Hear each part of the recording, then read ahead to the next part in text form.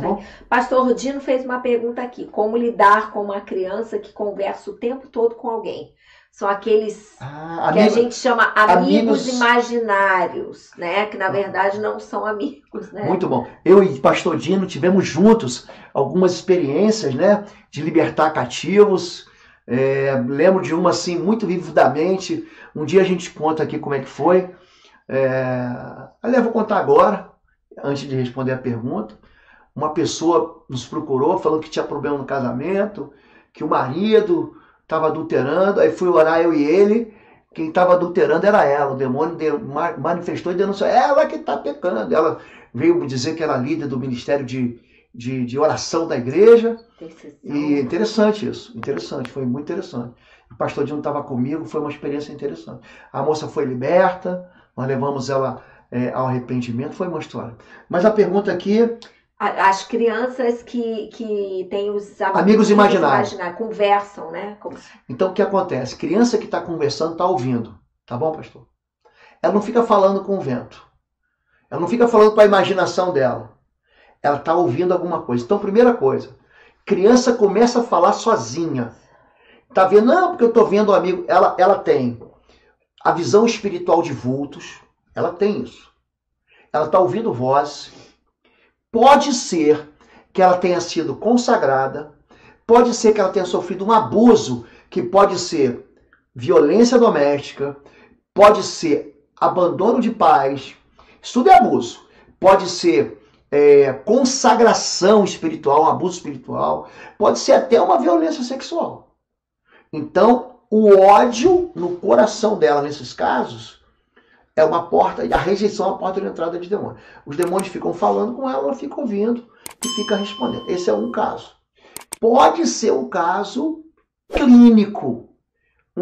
Tem pessoas, gente, que a doença psiquiátrica é uma doença, como é dor de barriga, como é dor de cabeça, como é, sei lá, pedra no rim, é uma doença. E aí essa questão você vai ter que resolver com o médico.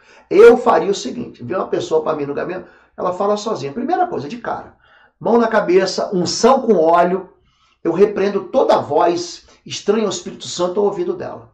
Normalmente, quando a pessoa ouve demônios, não tem jeito. Você colocou a mão, repreendeu, e você deve insistir na repreensão, tá? Ah, pastor, orei ali, não deu nada. Vai dizendo, nem que seja 1 minuto, 2 minutos, sai, vai saindo, vai saindo, vai saindo, vai saindo, e você começa a perceber que, bota a mão na minha cabeça, amorzinho, assim como se fosse orar por mim. Você começa a ver, a pessoa começa a mexer com a cabeça assim, ó.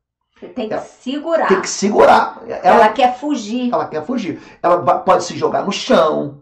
E por quê? Porque ela quer tirar a tua mão da cabeça dela.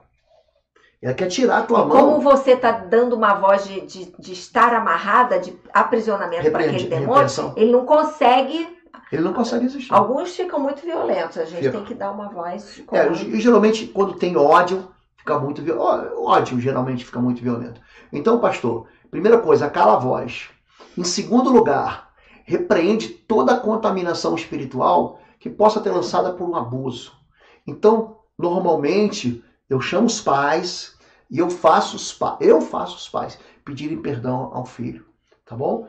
E se esse sintoma continuar, clínica, querido. Clínica. Agora, uma coisa que é importante também a gente saber, avaliar, mapear isso tudo, entender. As crianças, gente, quando eles são pequenos, vão crescendo, 4, 5 aninhos, vocês já viram eles brincando? Eles falam. Eles pegam um bonequinho, bate, finge, não é? Se é carrinho, se é bonequinho, eles fazem essa conversação. Eles estão descobrindo o mundo, eles estão trabalhando a comunicação. Viram desenho na televisão, vem o pai, tem um boneco a mãe, lá do Capitão América, sei lá de quem.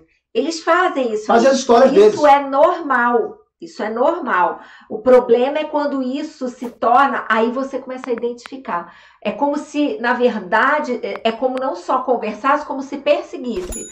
A criança conversa no carro, como se estivesse indo para a escola com ele. Então ele já não está mais com os 2 bonequinhos na mão, às vezes. Ele está com aquela conversação como se estivesse indo um amigo, com ele. Como se fosse um amigo imaginário. Indo com ele. Não é que está indo deitar segurando uma bonequinha, um ursinho, a mamãe e o papai vai lá e ora. Tem crianças, quantas crianças, gente, não dormem com brinquedo?